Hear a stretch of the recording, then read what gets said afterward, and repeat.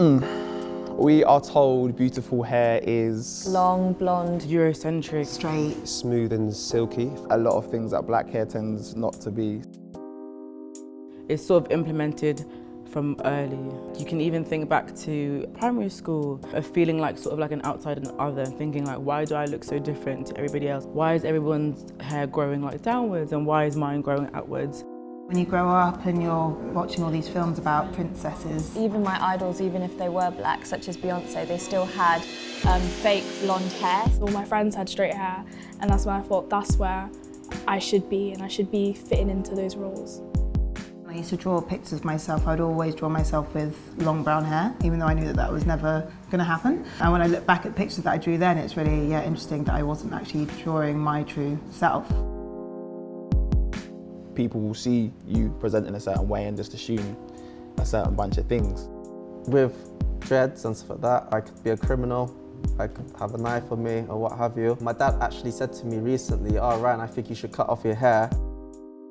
Bad moments. How long we got? I went to a predominantly Caucasian school. people would always touch my hair. They treated my hair with pretty much a blatant acts of disrespect. They nitpick it, put stuff in there. Sometimes they'd even like snip at the ends and the curls. I've had people sort of go, "Can I touch your hair?" And I'm like, "No," and they're like, "Why are you being rude?" This woman who was talking to me, super friendly, over friendly, and then just trying to grab at me all over the place. And as soon as I said no and set a boundary, her whole energy just switched. It's interesting just to watch how much of a spectacle you are for people, especially people that haven't spent a lot of time around people of colour. How much they like you when they think they've got full access to you. You shouldn't feel the need to touch something that belongs to me because it's interesting and it's new. I think there were quite a few significant moments where I thought I should change my hair. I had always had extensions, and I think that's because seeing all my friends around me, and most of my friends were white. It got to a point that I felt so ashamed of my hair that I began to chemically straighten it. Yeah, I relaxed it, I bleached it, I straightened it every day. It was just such a sad state of affairs. Seeing the whole roots that were full of curls turn into spaghetti strings, it just kind of disheartened me, and I thought, that's when I decided to change my hair, and that's when I was like, that's when I'm going natural and I'm embracing it for what it is. I got over wanting to try and make my hair do something else. I just wanted to make it do what I wanted it to do. We spend so long being forced into like boxes of how we should be and who we should be, trying to conform to a standard, that to stand outside of that and to kind of step into the person you are is a little mini battle you have to fight every day, but one you'll be stronger and better for. Despite how other people might externally treat it, internally I know and I'm proud of how I choose to style my hair. Especially with help from the natural hair movement, I've decided to embrace my curls, but also have fun with it and try protective styling that's closely linked to my culture.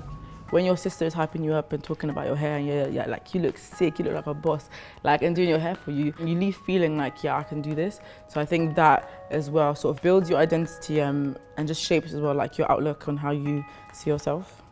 People are growing and society is waking up to the different cultures and different types of hair, and that beautiful hair can be literally anything. I follow loads of mixed and curly hair accounts on Instagram, and because of that, I'm every day seeing all of these pictures of these beautiful women with beautiful hair. I feel more comfortable, I feel more confident. It feels like a weight has been lifted off my shoulders.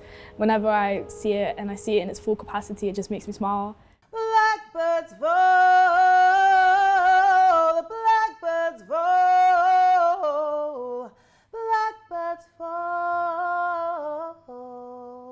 Whether you have your hair in Afro puff, whether you have your hair in a wig, whether it's a weave, whether it's braids, whether it's crochet, the hair that we have on our head is our crown.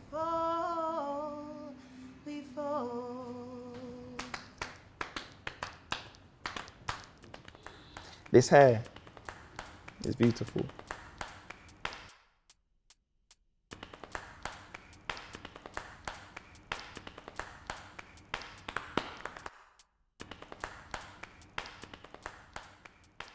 Blackbirds fall, blackbirds fall, the blackbirds fall, blackbirds fall. We fall, we fall, fall.